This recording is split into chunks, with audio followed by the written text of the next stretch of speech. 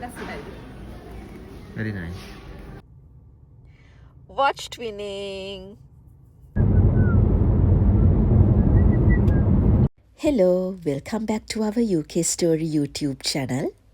මේ මාර්තු 7 සෙනසුරාදා අපි ගියා සිංහල මූවී එකක් බලන්න. ඒ තමයි ධර්මයුද්ධය 2. අපි ධර්මයුද්ධය 1 බැලුවේ ලංකාවේ ඉන්නකොට. මේ ෆිල්ම් එකේ ඔරිජිනල් එක මලයාලම්. ඒක ගොඩක් පොපියුලර් වුණු නිසා රීමේක් වුණා තව භාෂාවලින්. දෘශ්‍යම් කියන්නේ හින්දි රීමේක් එක. ඒකේ ඇක්ට් කළා අජේ දේව්ගන්. පාපනාසම් කියන්නේ ටැමිල් රීමේක් එක. ඒකේ ඇක්ට් කළේ කමල් හසන්. ඒ විදිහට සිංහල රීමේක් එක තමයි ධර්මයුද්ධය. අපි ඉන්දියන් මූවිස් දෙකම බලලා තියෙනවා. ධර්මයුද්ධය 1 රඟපාපු අපේ ඇක්ටර්ස්ලා ඉන්දියන් ඇක්ටර්ස්ලව අවුට් පර්ෆෝම් කරා කියලා තමයි මම නම් කියන්නේ. ධර්මයුද්ධය 2 බලලා ආයෙත් ඒ ගැන කතා කරමු. අපි අද ආවේ ලන්ඩන් වල සිනවර්ල්ඩ් තියටර් එකට. 5 මාරට තමයි ෆිල්ම් එක පටන් ගත්තේ.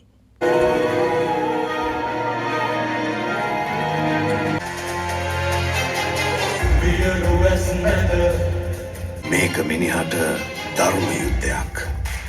මිනිහා දන්නවා එක්කෝ මිනිහා මේක සම්පූර්ණයෙන් දිනනවා නැත්තම් සම්පූර්ණයෙන් පරදිනවා කියලා. සිහිතල්ල සුළඟ හමයි. හරි. ධර්මයුද්ධය 2 බැලුවා. කියන්න බලන්න මොකද මූවී එක ගැන හිතන්නේ. තාම සාර්ථක මූවී එකක් මං හිතන්නේ. කම්පැරටිව්ලි පළවෙනි එකේ හිටියේ ජැක්සන් ඇන්තනි, මේකේ ඉන්නේ බිමල්. මම හිතන්නේ ඒ ජැක්සන් ඇන්තනිගේ රෝල් එක බිමල් ඒ විදිහටම හොඳටම කරා කියලා තමයි මට හිතෙන්නේ. ඊට පස්සේ ඔරිජිනල් එකත් එක්ක කම්පෙයාර් කරනකොට මම හිතන්නේ මම ඔරිජිනල් එකක් හැටියට බැලුවේ මලයාලම් එක. ඒකේ ඉන්නේ ගොඩක් සීනියර් ඇක්ටර් කෙනෙක්. එයාගේත් ඇක්ටිං හොඳයි. ඕවරෝල් මට හිතෙන්නේ පළවෙනි එකේ වගේම දෙවෙනි එකෙත් ශ්‍රී ලංකන් ඇක්ටර්ස්ලා සහ ඇක්ට්‍රසස්ලා අනිත් භාෂාවල ෆිල්ම් වල අයව අවුට් පර්ෆෝම් කරා කියලා තමයි. Thank you very much for your feedback. Film එක ඉවර වුණේ 8:00ට. සාර්ථක ෆිල්ම් එකක් බලලා අපි ගෙදර යන්න පිටත් වුණා. මේ පහුවෙනිදා මාර්තු 8 වෙනි ඉරිදා. දැන් UK වලට ස්ප්‍රින්ග් එක පටන් අරගෙනනේ තියෙන්නේ. ඉතින් ටික ටික මල් පිපෙන කාලේ ඇවිල්ලා. පරිසරය වෙනදට වඩා ලස්සනයි. සීතලත් ටික ටික අඩු වෙගෙන එන්නේ. යායට ඩැෆඩිල් මල් පිපිලා තියෙනවා, හරිම ලස්සනයි. මේ කාලේ සුපර් මාකට්ස් වල හරිම කියුට් දේවල් තියෙනවා ඊස්ටර් වලට. ඕගොල්ලෝ මේ දකින්නේ ඊස්ටර් එග් හන්ට් එකට පාවිච්චි කරන බාස්කට්ස්. හරිම ටෙම්ප්ටඩ් ගන්න. හැබැයි අකි බබයි නංග බබයි දැන් ලොකු වැඩි මේ ජාතියේ ඊස්ටර් බාස්කට්ස් පාවිච්චි කරන්න. බලන්නකෝ තව මට මොනවද හම්බ වුණේ කියලා. ඊස්ටර් හැට්ස්. හැබැයි මගේ ඔළුවට නම් ඒවා පොඩි වැඩි. මේ හරියටමයි සුමානෙකට පස්සේ විශේෂ දවසක්. මොකද්ද දන්නවද විශේෂත්වය? අද UK වල Mother's Day. UK වල මේ දවසට Mothering Sunday කියලත් කියනවා. ඔගොල්ලෝ දන්නවද UK වල Mother's Day සෙලිබ්‍රේට් කරන්නේ ශ්‍රී ලංකාවල සෙලිබ්‍රේට් කරන දවසේ නෙමෙයි. ඔන්න බ්‍රෙක්ෆාස්ට් එක නම් හදලා ඉවර වුණා. Happy Mother's Day. Thank you. Thank you. UK වල Mother's Day සෙලිබ්‍රේට් කරන්නේ චතාරික සමයේ 4 වෙනි ඉරුදින. එදා ලන්ච් වලට හැදුවේ මේක. අපේ සෞම්‍ය නම් මේකට කියන්නේ මුට්ට රයිස් කියලා.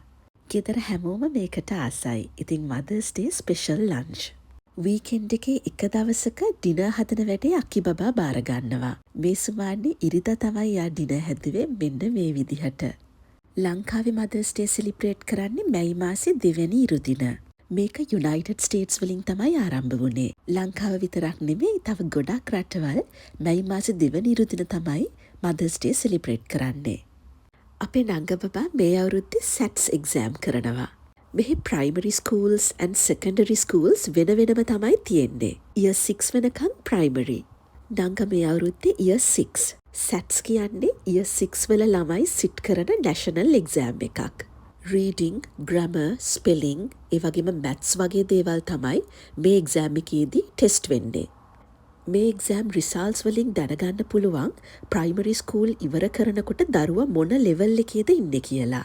මේ රිසල්ස් වලට අනුව සෙකන්ඩරි ස්කූල් එකේ දරුවන්ව වෙන් කරනවා සෙට් 1, සෙට් 2, සෙට් 3 සහ සෙට් 4 කියලා.